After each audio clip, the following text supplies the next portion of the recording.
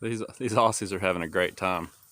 So for whatever reason, I recorded a whole video introduction, and my phone just kind of wiped it all out. So anyhow, the project that I'm working on is to basically extend the engine block heater cord, because the way they've got it all tucked up under the hood doesn't really do you a lot of good.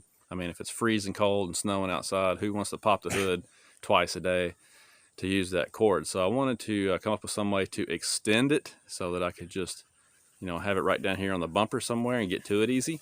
And I thought about a couple of different options, but anyhow, I decided on a little project here with a AC pass-through outlet, and I just wanted to kind of show you this. It's something that's pretty simple and quick that you could do at home real easy on your diesel. So if you got a Jeep Wrangler, Gladiator, whatever the case might be, one of these Rams, you might want to check this out. Might be something you want to do if you live in a cold climate. Oh, and the other thing I forgot to mention is not all of the EcoDiesels have the engine block heater from the factory. Apparently it's like a $95 option. Now I have it because I have the North Edition, and the North Edition includes the block heater as a part of the package.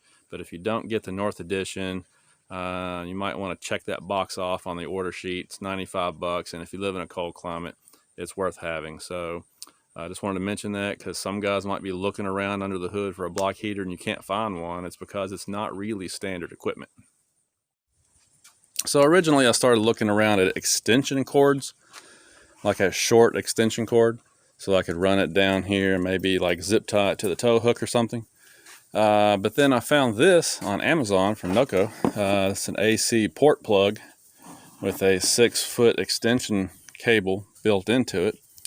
So I thought, that might be kind of nice, because then you could have a nice fitting, like an outlet, pass-through outlet there with a sealed cap on it to keep the weather out of it, and it would look a little nicer and work pretty good. And the price is about the same as buying just an extension cord by itself. So I went ahead and picked one of these up. You can see how it works there on the box. So basically all you have to do is take a 2-inch hole saw to make a hole, and then you can screw this in and plug it up and you're good to go.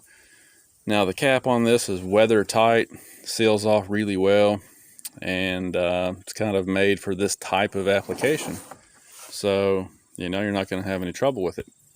So I thought what I could do, like I said, is maybe get down here low somewhere and mount it down here on this plastic air dam.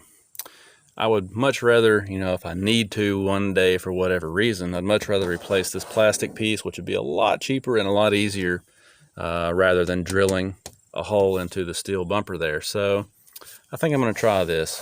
I'm going to find a good spot down here somewhere, make a 2-inch hole and mount that up. And then, like I said, quick and easy to use it in the mornings without having to pop the hood. So here's what the one that I got looks like. And made out of some really nice material. They give you a gasket with it, obviously. You can see the length of the cord, so you've got plenty of cord there. And you've got this pressure seal cap here, which is really, really nice. So this is going to work real good. Okay, so I got a nice, perfectly round hole here, thanks to my hole saw that I got at Harbor Freight. Went and picked up a cheap hole saw kit, and just made a nice little incision there in this plastic portion of the bumper. Of course, that active air dam gets in the way, so you can't really see, but there's the cord coming up through there. And then from there, I'm just going to route it up underneath the hood,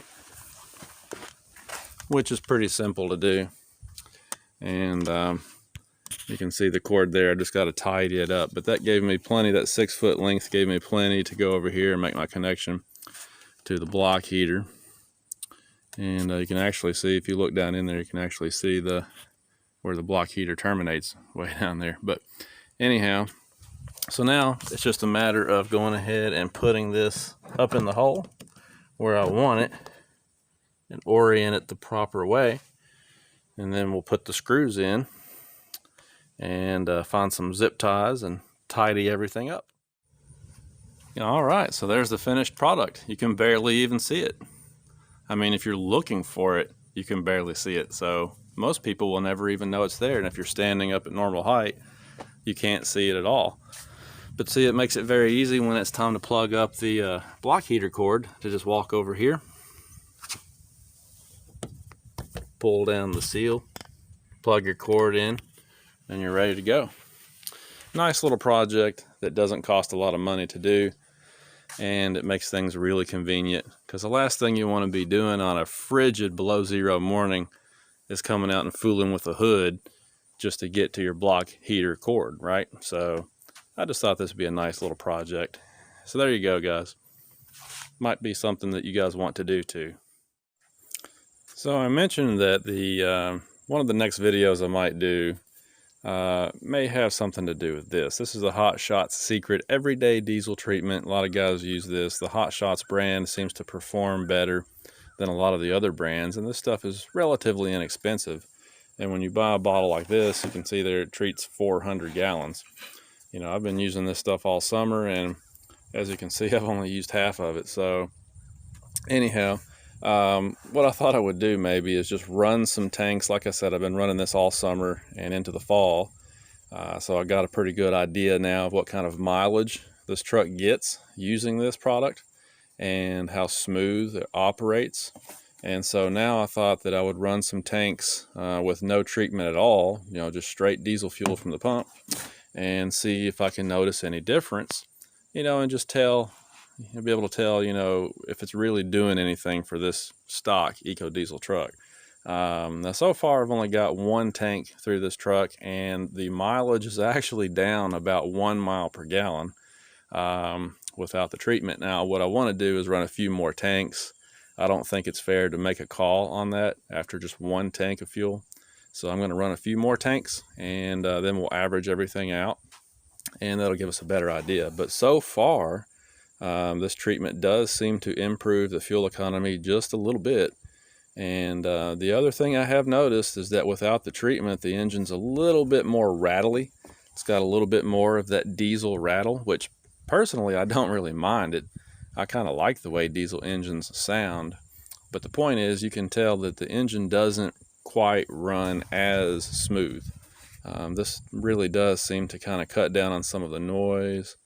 It seems to not rattle and vibrate as bad when I'm using this. So, you know, as far as seat of the pants feel goes, there is a little bit of a benefit here. But the main thing I want to know is, you know, financially, because obviously you're buying this product. It's not free. You're paying something for it. You know, so if you're not getting a fuel economy benefit, it's not worth it to me. And that's what I really want to know is, financially, are you going to save money at the pump running this stuff? So give me a few more tanks and I'll give you a full update on it. But so far it seems to be a pretty good product and doing what it advertises. All right, guys, so for today, that's all I've got. With fall rapidly coming in, I've got a lot of work to do around here trying to get those last minute, you know, outdoor things done before winter. So you better get back to it. But I just thought I'd show you that while I was working on that little project for a while this afternoon. It is a really cool little thing that you can do pretty inexpensively and easily. I just did that in like 20 minutes, and it'll make things a whole lot more convenient when the snow starts flying this winter. So as always, thanks for watching. I'll be back later with some more videos, guys. Take care. Have a good week. Let's see how it's going. Yeah, this little maple tree looks nice. You can see where the deer have eaten the top of it off. That's the problem that we have around here, is the deer will eat everything. Even if you plant a fresh patch of grass, you know, you sow your grass seed and have it start to pop up, then the deer will get into that and start trampling it around. It'll look like you have cattle in there, but it's actually looking pretty nice. I took some mesh that you use like for cattle fencing and things, and I just laid some sections of it down over the new grass seed, and you know, that it's kind of like a steel grate almost. It kind of deters the animals and the deer from getting in there and messing around with your grass seed. You got to do what you have to do around here to keep the critters out, but trying to get this to pop up before winter comes. Basically to prevent erosion, because this hill, the camera's not doing it justice, but this is quite a hill, and when it rains hard, the water comes flowing down through here really quickly and washes all the soil away. So I'm just trying to get some grass in here to keep the erosion at bay for the winter time. You guys fighting over the stick again. Why don't you just share? The stick's big enough for both of you. Let me break it in half. Yeah, tell him. Tell him. Say, come on, share that.